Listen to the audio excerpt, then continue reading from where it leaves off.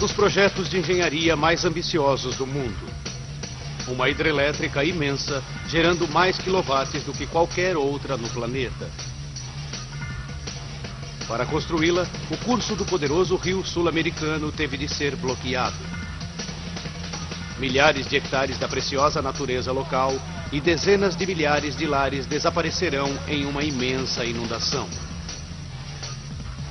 40 mil trabalhadores deverão lutar contra as forças da natureza, temperaturas altíssimas e a constante ameaça das enchentes assassinas. Por trás disso tudo, a possibilidade de uma catástrofe. Construir a usina de Itaipu levará 7 duros anos e essa gigantesca busca por energia exigirá um preço devastador.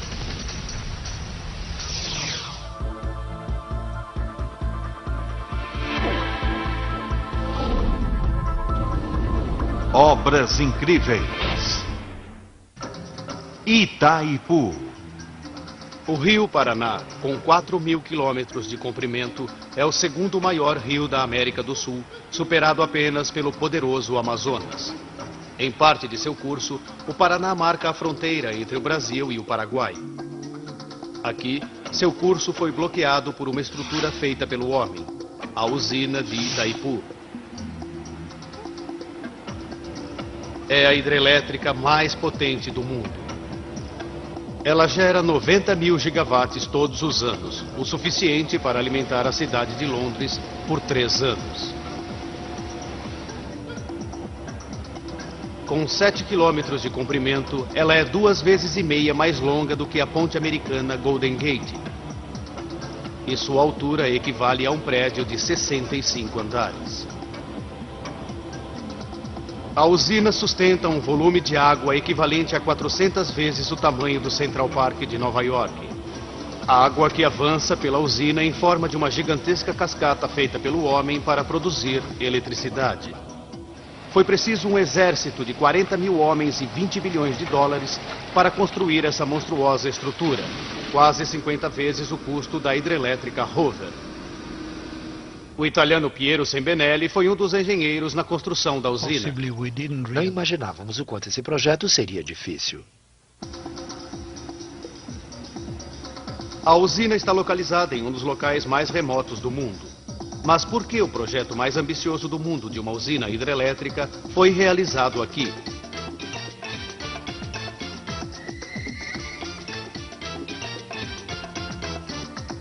Nos anos 60, o Brasil dá um salto no desenvolvimento.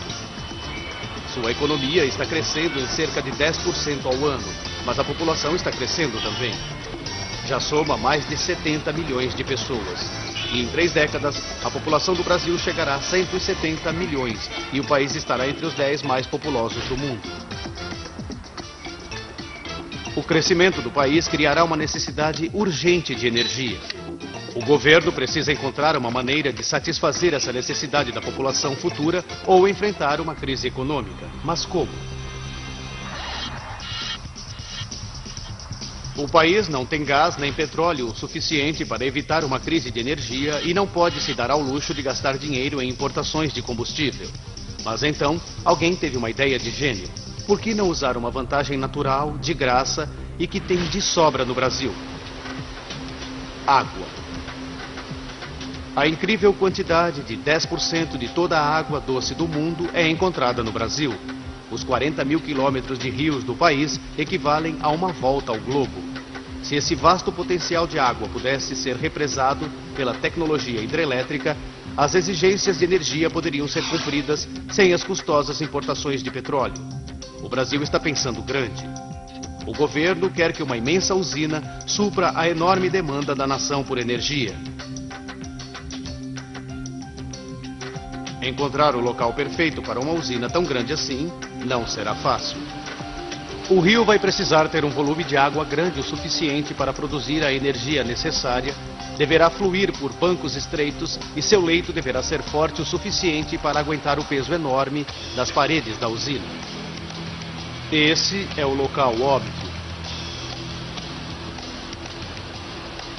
O rio Iguaçu alimenta uma das maiores cachoeiras do Brasil, mas ele tem apenas 1/8 das águas necessárias para a usina monstro. 1 a 1, os engenheiros verificam 50 outros locais. Nenhum é satisfatório, mas finalmente o local perfeito é encontrado. O rio Paraná é o 7º maior do mundo, contendo 4 vezes mais água do que o rio Colorado nos Estados Unidos. Em um local chamado Itaipu, ele flui através de uma garganta submersa. Pesquisas geológicas mostram que o leito é capaz de suportar o peso imenso. Os engenheiros o acham perfeito, mas há um imenso obstáculo.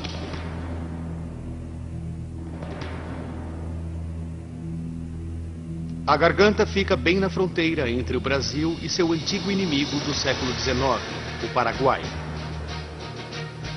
Os dois países travaram uma amarga batalha. O Paraguai perdeu metade de seu território, metade de sua população foi morta.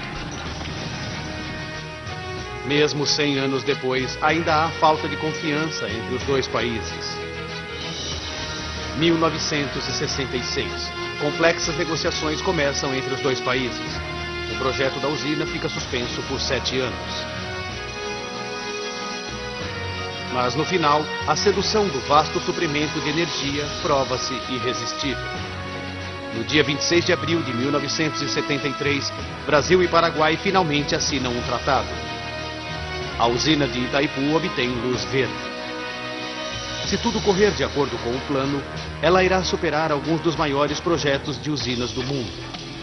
Será 18 vezes mais longa do que a poderosa usina de Hoover e 9 vezes mais pesada. E o mais importante é que produzirá 6 vezes mais eletricidade. Porém, a usina hidrelétrica mais poderosa do mundo exigirá sacrifícios. Bloquear o rio Paraná criará um enorme reservatório necessário para alimentar as turbinas da hidrelétrica e também inundará o vale do rio com 100 metros de água. Uma vasta área de terras produtivas e florestas deverá ser inundada para alimentar a usina monstro. Dezenas de milhares de pessoas perderão seus lares. E o habitat de milhares de espécies de animais desaparecerá quando o projeto Itaipu alcançar um ponto de onde não houver retorno.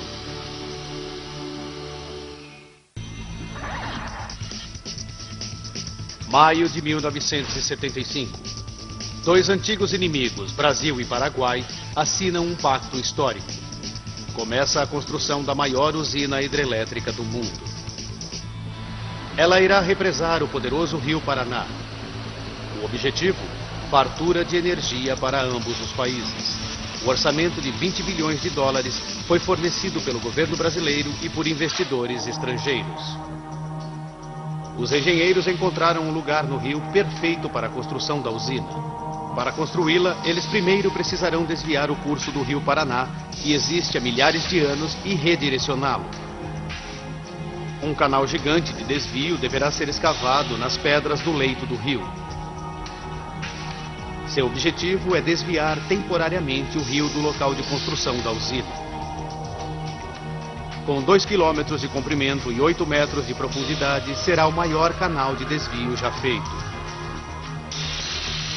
Mas se ele falhar e não desviar o rio corretamente, todo o projeto estará condenado. Piero Sembinelli é o engenheiro encarregado de construir o canal. Foi uma luta e tanto. O desvio do Paraná foi o mais difícil já tentado.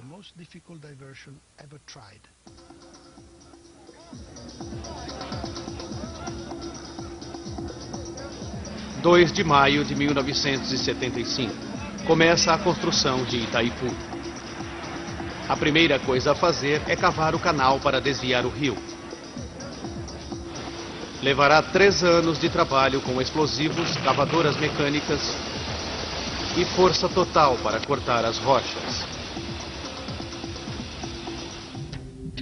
Enquanto isso, outros estão contando o custo ambiental resultante da construção de um projeto desse tamanho. Depois de construída, a usina de Itaipu transformará o vale do rio Paraná em um reservatório gigante. Uma área 2 vezes maior do que a cidade de Chicago será inundada até a profundidade de 100 metros. À medida que as escavações aumentam, os consultores ambientais começam o trabalho. Sua tarefa? Descobrir que animais e plantas poderão ser salvos da enchente que se aproxima. É o primeiro projeto de uma usina a tentar um grande plano de resgate. Mas nesse estágio há somente 17 pessoas envolvidas, a maioria voluntários. O brasileiro Fernão Carbonar é um deles. Era o começo do movimento ambiental em todo o mundo.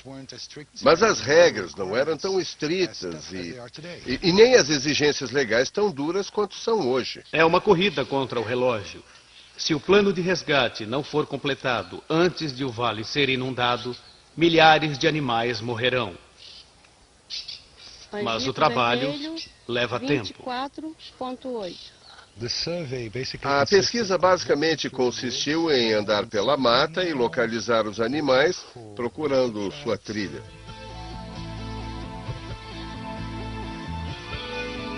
Mas além dos animais, as pessoas que vivem aqui, cerca de 40 mil vilarejos inteiros e pequenas fazendas, alguns desses, lares de famílias há várias gerações, serão perdidos para sempre sob a inundação. Essas famílias precisam ser indenizadas, mas as autoridades precisam saber quanto pagar. Será uma das maiores avaliações imobiliárias do mundo e levará 4 anos para terminar. Primeiro, a área toda é fotografada do alto para a pesquisa dos lares e fazendas. Mas isso não fornece informação o suficiente para calcular a indenização. Para conseguir mais detalhes, eles vão precisar mandar um exército de fotógrafos a pé para fotografar cada metro quadrado do Vale do Paraná. Esses homens e mulheres estão em uma missão. Têm que fazer uma avaliação precisa de cada casa e da terra ao redor dela. Tudo é registrado e fotografado. Alberto Frice avalia centenas de casas. Mediam-se as casas, descreviam-se as casas, fotografavam uma por uma. Podia ser um banquinho, era fotografado, uma boa casa era... Enquanto o processo de avaliação leva uma eternidade, a escavação para o canal de desvio está dentro do tempo previsto. 3 anos depois das escavações terem começado, os engenheiros estão prontos para demolir as paredes de concreto do canal e deixar o grande rio Paraná inundá-lo. 8 da manhã, dia 20 de outubro de 1978. Cargas de dinamite são colocadas em cada uma das extremidades do canal. É um momento de tensão. Se a explosão danificar o canal, ela poderá atrasar o projeto por anos.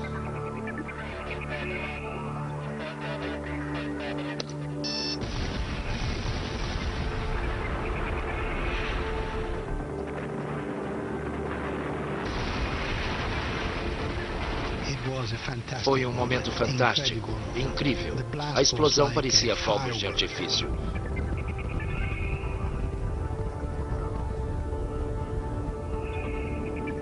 Está funcionando. O poderoso rio Paraná está correndo em um novo curso. É uma grande conquista. Os engenheiros de Itaipu alteraram o curso de um dos maiores rios da América do Sul. Mas é apenas a fase 1 do desvio. Uma parte da água ainda corre pelo antigo leito. A seguir, enormes usinas temporárias chamadas ensecadeiras deverão ser construídas para forçar toda a água para baixo em direção ao canal de desvio, para longe do local da construção da usina. Essas estruturas são feitas jogando-se enormes pedras dentro do rio até o curso ser detido. As ensecadeiras podem ser apenas temporárias, mas o engenheiro britânico Bill Bates sabe o quanto é importante que elas sejam seguras. As ensecadeiras evitam que o rio avance para dentro da área onde a usina está sendo construída. Se essas estruturas caíssem durante a construção da usina... Seria um desastre total. O Brasil recebe algumas das chuvas mais fortes do mundo. E o aumento do volume de água poderia pôr as ensecadeiras sob pressão ou até derrubar as paredes. Isso faria com que o paredão de água devastador caísse sobre centenas de trabalhadores. Os engenheiros esperam ser avisados com antecedência sobre o aumento do volume do rio para que possam tirar os trabalhadores de lá a tempo. Até que as paredes da usina principal sejam construídas, tudo o que existe entre os trabalhadores e a ameaça de uma enchente é uma parede de cascalhos.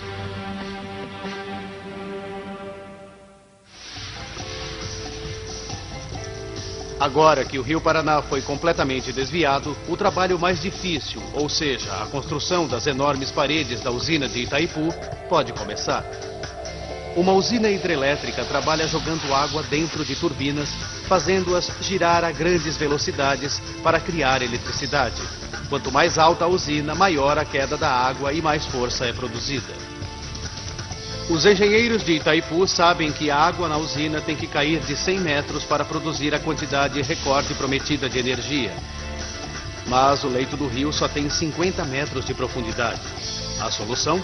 Construir uma série de usinas secundárias. Isto aumentará a altura da usina principal central de concreto e a fará alta o suficiente para realizar esse trabalho. Isso significa alongar a estrutura da usina por 7 quilômetros vale adentro. Outono de 1975. O trabalho de construção das usinas secundárias começa.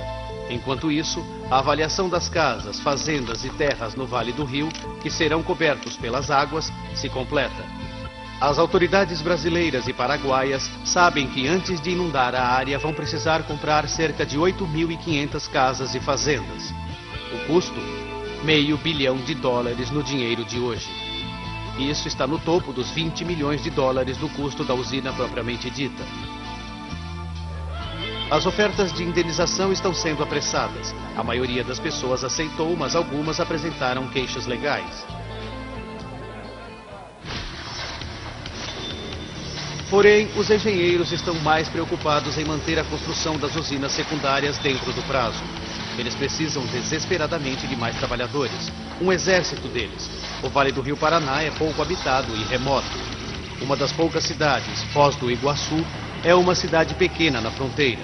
A cidade grande mais próxima é São Paulo, a 1.000 quilômetros de distância. Os gerentes do projeto devem coreografar uma enorme migração de trabalhadores para dentro da área. Eles chegam às dezenas de milhares de todas as regiões do Brasil. Tudo o que uma grande cidade precisa, desde escola e hospitais até igrejas e jardins de infância, precisam ser construídos. Novas casas são construídas só para abrigar os novos trabalhadores. Há um aumento intenso nas linhas de produção de alimento para alimentar o sempre crescente número de trabalhadores. A cidade de Foz do Iguaçu está crescendo a uma taxa inacreditável. Estamos falando de um movimento para dentro de uma cidadezinha de cerca de 30 mil trabalhadores.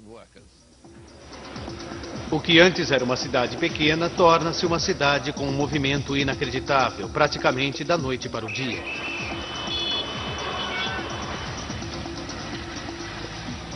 Enquanto os novos trabalhadores trabalham na construção das usinas secundárias, os engenheiros estão lutando com o desenho de uma imensa usina principal que bloqueará o rio em seu ponto mais profundo. Todas as usinas deverão ser capazes de uma coisa: elas deverão resistir à inimaginável pressão da água do reservatório atrás delas. Onde a geografia permite, as usinas podem ser simples paredes ancoradas em rochas ao redor. Mas Itaipu não tem essa ajuda do terreno. Ela terá que se sustentar sozinha. Portanto, Itaipu deverá seguir um desenho que recorra somente ao seu próprio peso. Os engenheiros chamam isso de usina de gravidade. A ideia é fazer as estruturas tão pesadas de modo que a água simplesmente não possa movê-las. Para funcionar, a usina terá que pesar 61 milhões de toneladas. Mas a qualidade de uma usina depende de sua fundação. O leito do rio precisa ser incrivelmente forte. Qualquer fraqueza poderá fazer a usina ruir, uma tragédia incalculável. Os engenheiros empreenderam uma pesquisa detalhada. Os resultados são bons. As fundações da usina são firmes e eles têm um trunfo na manga para economizar dinheiro. Uma usina feita de concreto sólido pesaria mais do que o necessário e adicionaria custos altíssimos desnecessários. O plano é fazer as paredes da usina principal ocas. Desde que tenha peso suficiente, ela resistirá à pressão da água, o que não significa que ela seja absolutamente sólida. Ela pode ser oca e ainda assim resistir à pressão da água. Construir a usina oca significa que sua base pode ser ainda mais larga com a mesma quantidade de concreto. E todas as paredes irão se inclinar mais gentilmente, empurrando a água com pressão para a base abaixo, onde a usina é mais forte. Isso também significa que o equipamento gerador de energia poderá ficar dentro da própria usina. É uma solução inteligente. Junho de 1979. Os preparativos para a usina principal estão dentro do prazo previsto e os gerentes estão determinados a continuar assim. Tudo está indo bem. Mas depois o trabalho para abruptamente. Há um problema com o leito do rio. À medida que cavávamos as fundações, descobrimos que as condições, na verdade, não eram bem as que esperávamos. Uma notícia desastrosa. A pesquisa considerou o leito do rio perfeito, mas agora os engenheiros se depararam com uma fraca camada de pedras que se desfazem como um dente podre 20 metros abaixo. Os engenheiros temem que ela não aguente o peso da usina. Se eles continuarem a construção, a usina poderá cair. São cavados túneis na pedra de modo que os engenheiros possam investigar a camada suspeita. Apenas uma inspeção detalhada revelará a escala do problema. Eles rezam para que seja apenas um pedaço de rocha ruim. O engenheiro Conrado Piacentini investiga os segredos do leito do rio. Essa é a rocha boa e essa é a de má qualidade. Como podem ver, é muito macia e não é boa para fundações. A rocha podre está em toda parte no local onde foi planejada a fundação da usina. Construir uma usina de 11 milhões de toneladas em cima disso seria crime e irresponsabilidade. Os engenheiros precisam encontrar uma solução depressa. Os trabalhadores ficam parados enquanto os engenheiros e geólogos lutam com o problema. Finalmente, encontram um plano que poderá funcionar. Eles não podem construir sobre a camada de rochas fracas, mas será que podem substituir essa camada? Como dentistas, os engenheiros retiram a rocha podre e cobrem a superfície com concreto extra forte. Está dando certo, mas o trabalho extra levará meses e adicionará 20 milhões de dólares ao orçamento. Consertar a camada de rocha inútil poderá ameaçar todo o prazo para a construção da usina. E o calor implacável do sol do Brasil está prestes a dar aos engenheiros outra dor de cabeça.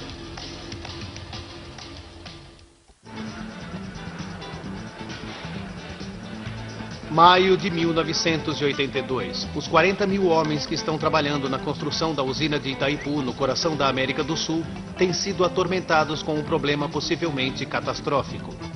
O leito imperfeito do rio por baixo da fundação pode fazer a imensamente pesada estrutura ruir.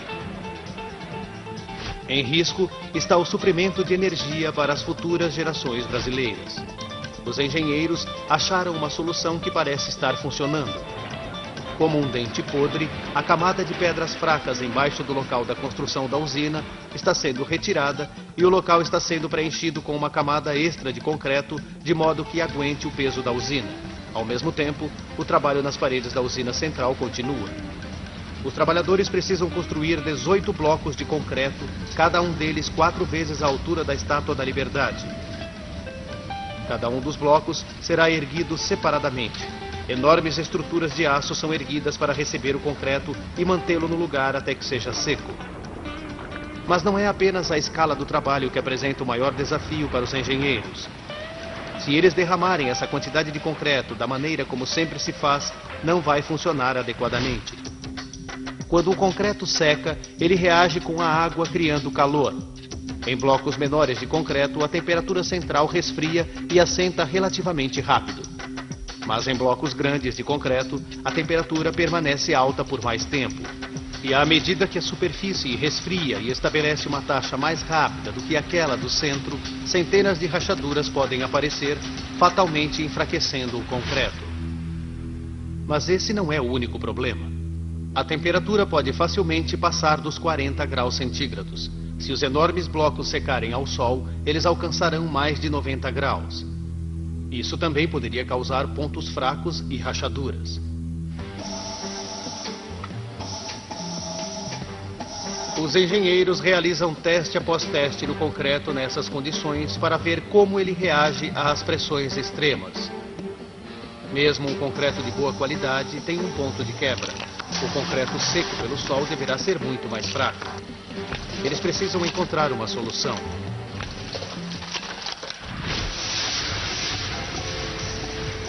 Os engenheiros vêm lutando com o problema do concreto. Sua resposta? Refrigeração, em uma vasta escala. Duas enormes usinas de resfriamento resfriarão cada centímetro do concreto. O engenheiro Adalberto Chenu relembra a cena. A pedra foi lavada com água gelada e depois recebeu ar frio. Usando um grande número de pedaços de gelo, pudemos produzir um concreto com uma temperatura de apenas 4 graus.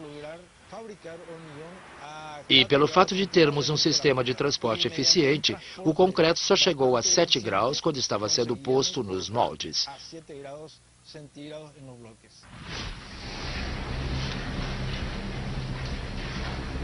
A escala do trabalho de refrigeração é vasta. As duas usinas têm a capacidade de resfriamento de mais de 50 mil freezers domésticos. Em junho de 82, a corrida é para permanecer no prazo para a finalização da usina, que é de apenas 3 meses. 7 grandes caminhos aéreos de cabo agora alimentam a fome insaciável da usina por concreto, partindo de 6 enormes usinas de produção. Esse cimento estava sendo trazido de milhares de quilômetros. De uma só vez, alguma coisa como 140 toneladas de cimento chegava a cada 20 minutos.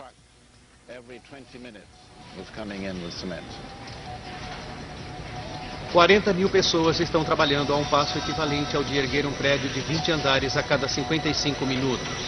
À medida que o projeto se aproxima do fim, a velocidade do trabalho aumenta ferozmente. Adalberto Chenu era o responsável pelo horário de trabalho. Durante a construção da usina, tivemos prazos restritos. Trabalhamos em 2 turnos de 12 horas cada, quase 360 dias por ano.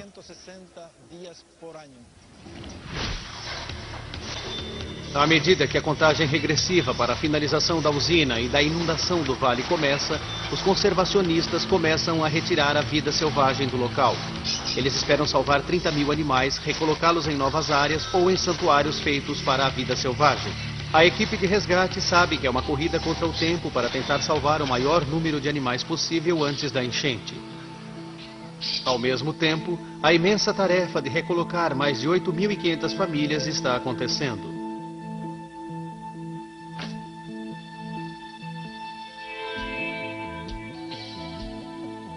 Algumas indenizações foram acordadas em simples negociações, outras foram resolvidas nos tribunais.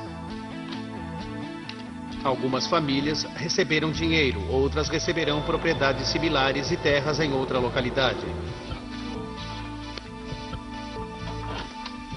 Algumas dessas famílias viveram no Vale do Paraná por várias gerações.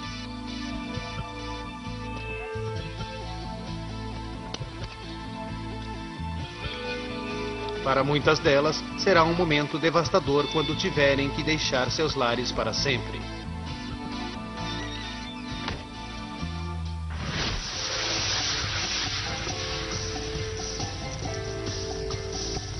A trilha de 7 quilômetros da usina finalmente está completa. Itaipu assume seu lugar como uma das usinas mais longas e impressionantes do mundo. Mas o próximo passo é absolutamente crítico. Os engenheiros agora fecharão o canal que desvia o rio Paraná. O rio fluirá então devagar por todo o vale, criando um vasto reservatório que irá alimentar a usina e suas turbinas geradoras de energia. Depois de cheio, a pressão da água no reservatório da usina de Itaipu será de 4.000 máquinas de terraplanagem exercendo uma força incessante contra as paredes da usina. Os engenheiros fizeram cálculos altamente detalhados e estão confiantes em que as enormes paredes sejam mais do que fortes para conter a água. Porém, o preenchimento do reservatório de qualquer usina é um momento crítico. O concreto das paredes da usina será todo o sustento do vasto reservatório e das 280 mil pessoas que vivem ao redor de Foz do Iguaçu. A falha de qualquer uma das usinas principais sempre é um grande desastre, porque a quantidade de água liberada criaria uma onda que inundaria tudo e causaria um dano tremendo.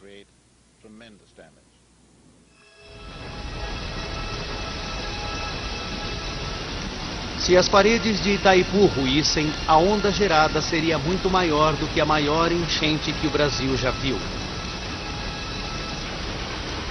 Um corpo de água do tamanho de uma cidade destruiria todo o Vale do Paraná. A onda alcançaria a velocidade de 50 km por hora e demoliria tudo em seu caminho, com exceção dos prédios mais firmes. O número de mortos dependeria de as pessoas que vivem no vale terem algum aviso da enchente. Dia 3 de junho de 1976, a usina de Teton, em Idaho, Estados Unidos, está sendo cheia pela primeira vez. Os engenheiros localizaram uma rachadura nas paredes e tentaram consertar. Eles falharam. 2 dias depois, a terça parte do lado ocidental da usina simplesmente se desintegrou. Os engenheiros culparam a erosão na base feita de terra e pedras da usina. Ninguém havia avisado os moradores locais. O colapso da usina de Teton causou centenas de milhares de dólares de danos às propriedades, ao gado e às colheitas. Mas, por milagre, somente 14 pessoas morreram. Outubro de 1982. Passaram-se 7 anos desde que a construção começou. É o grande dia. Os enormes portões do canal de desvio são fechados. O rio Paraná flui mais uma vez em seu curso original. Ele transborda sobre as ensecadeiras e vai para o reservatório. Seja lá o que acontecer, não há como deter a água agora. À medida em que a água sobe, mais e mais pressão é exercida contra as enormes paredes de concreto. Levará 14 dias para que o reservatório encha totalmente seus 100 metros de profundidade. Todos foram tirados da área da enchente. Mas alguns ficam para ver seus lares desaparecerem embaixo da água.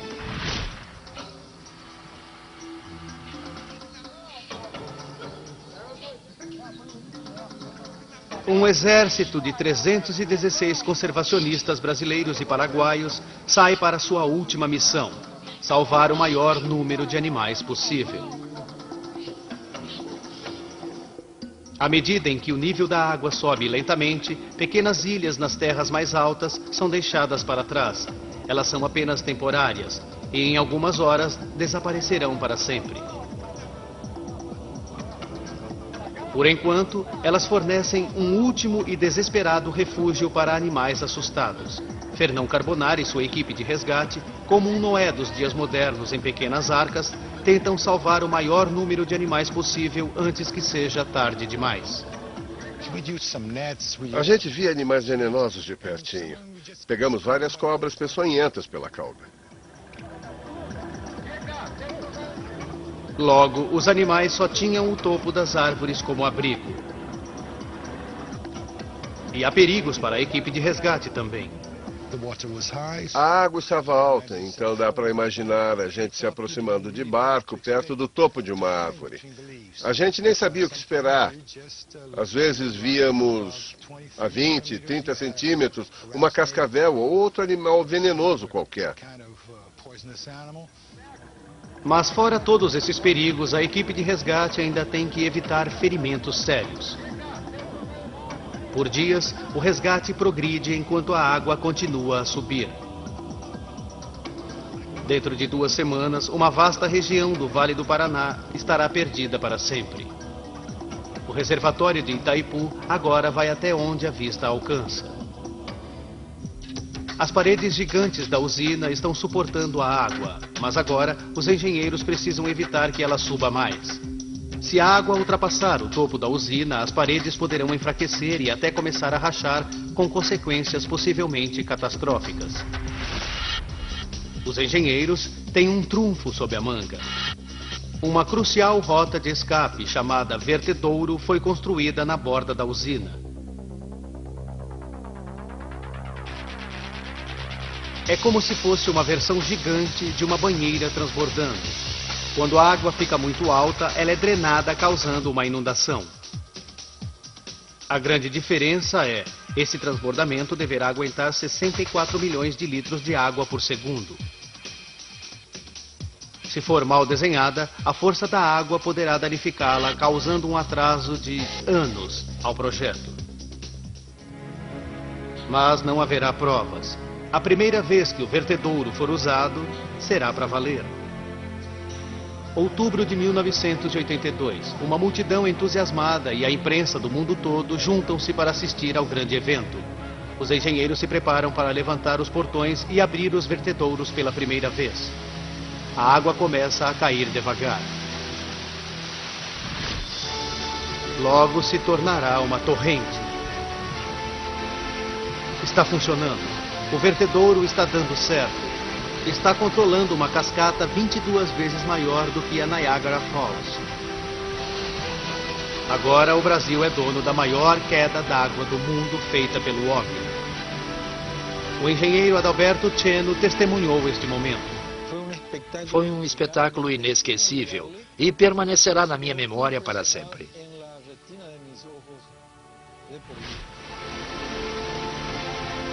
Os engenheiros estão aliviados e felizes por enquanto, mas as preocupações com o vertedouro ainda não acabaram.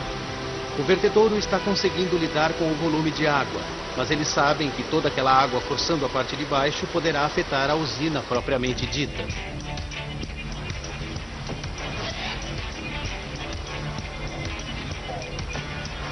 No laboratório de Furnas, no Rio de Janeiro, Roberto de Souza constrói modelos detalhados de alta tecnologia das usinas para analisar as consequências, mesmo do menor erro no desenho do vertedouro.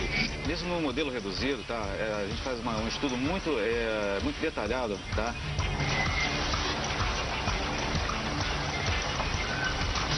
Dos efeitos da queda d'água, da energia que ela pode prejudicar a própria estrutura, tá? Quando a água atinge a parte final do vertedouro, ela cai embaixo da usina com uma força imensa, revolvendo o rio. Essa energia tem que ser dissipada usando uma curva para cima como uma pista para saltos de esqui que força a água para o ar, reduzindo sua força. A dissipação de energia é tão importante que, vamos dizer assim, um projeto bem feito, ele pode evitar danos à própria estrutura, tá?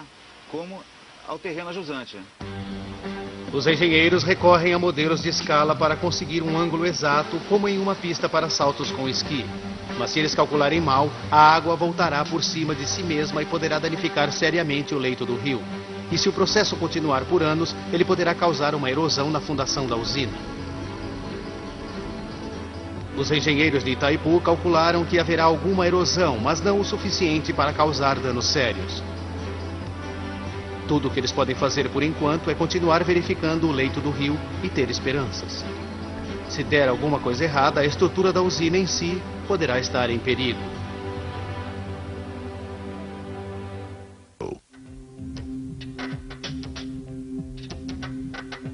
O vasto reservatório que alimenta a usina de Itaipu foi preenchido, inundando milhares de quilômetros quadrados de terras produtivas e floresta tropical. 30 mil aves, mamíferos e répteis foram salvos pelos conservacionistas, mas todos eles precisam de novos lares. Alguns são recolocados, mas 300 serão levados para um santuário de vida selvagem. O refúgio Bela Vista não é um zoológico.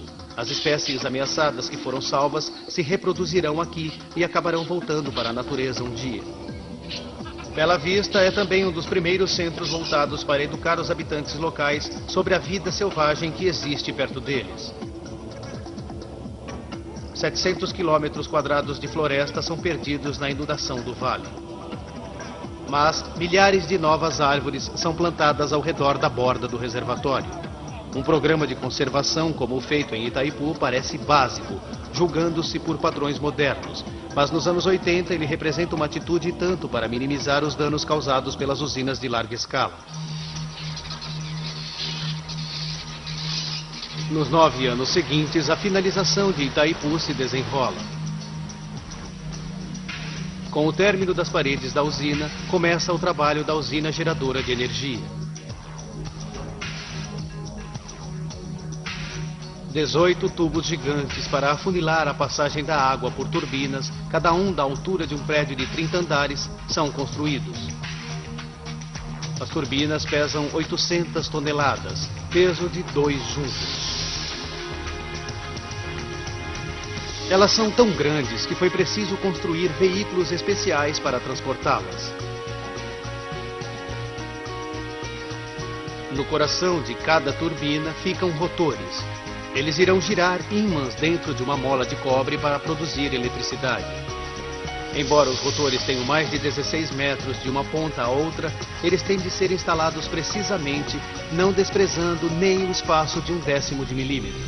E isso não é tudo. O maior volume da eletricidade gerada na usina de Itaipu é destinado às grandes cidades de São Paulo e Rio de Janeiro. E essas cidades estão a mais de 1.000 quilômetros de distância. Uma enorme rede de torres ao longo do interior do Brasil é erguida.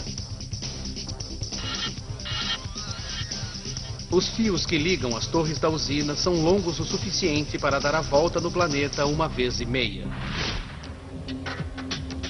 À medida em que se aproxima do momento em que produzirá energia, os engenheiros inspecionam o leito do rio procurando por sinais de danos causados pela queda d'água dos vertedouros. Esse é o tipo de erosão que enormes volumes de água podem causar quando viajam em alta velocidade. Qual a seriedade de uma erosão causada por um vertedouro? Não parece pouco. Os engenheiros tiram medidas precisas. Eles fazem mais cálculos. Será que a erosão está acontecendo mais perto das fundações da usina?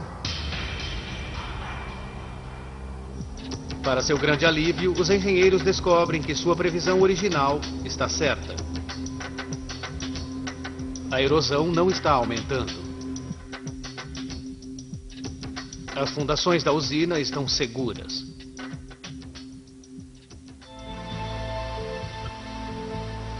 Itaipu está perto de ser completada. Os trabalhadores não param. Mas o maior projeto de engenharia da América do Sul foi feito à custa de grandes sacrifícios humanos. Os registros não são precisos, mas estima-se que cerca de 145 pessoas perderam a vida em acidentes enquanto participavam da construção de Itaipu.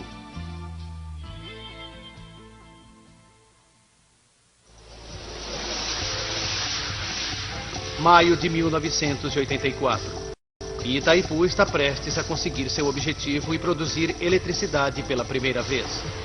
É o momento pelo qual todos estavam esperando. O fim de 9 anos de trabalho estafante. A água jorra pelos portões no topo da usina, despejando e girando as turbinas. Para os engenheiros e trabalhadores, é um triunfo.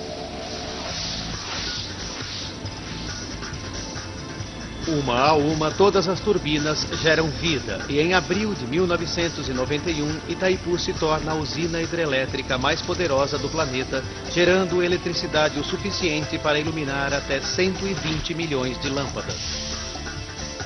E Itaipu agora está alimentando a exigência de energia de 24 milhões de brasileiros no Rio de Janeiro e em São Paulo. A eletricidade flui sem nenhum problema por 10 anos. Até que no dia 21 de janeiro de 2002, às 13h30 da tarde, sem nenhum aviso, 13 das 18 turbinas gigantes de Itaipu pararam de repente. A produção de eletricidade para. Os engenheiros de Itaipu não entendem o que deu errado. Rio de Janeiro e São Paulo param. Os semáforos param de funcionar, causando engarrafamentos de vários quilômetros. O sistema de metrô também para. Pessoas ficam presas em elevadores, escritórios, casas, fábricas. Fica tudo no escuro. O que está causando esta falha? José Ricardo da Silveira está a cargo da eletricidade. Todos os geradores e todo o sistema de transmissão para o Brasil. No momento não sabíamos exatamente o que havia acontecido.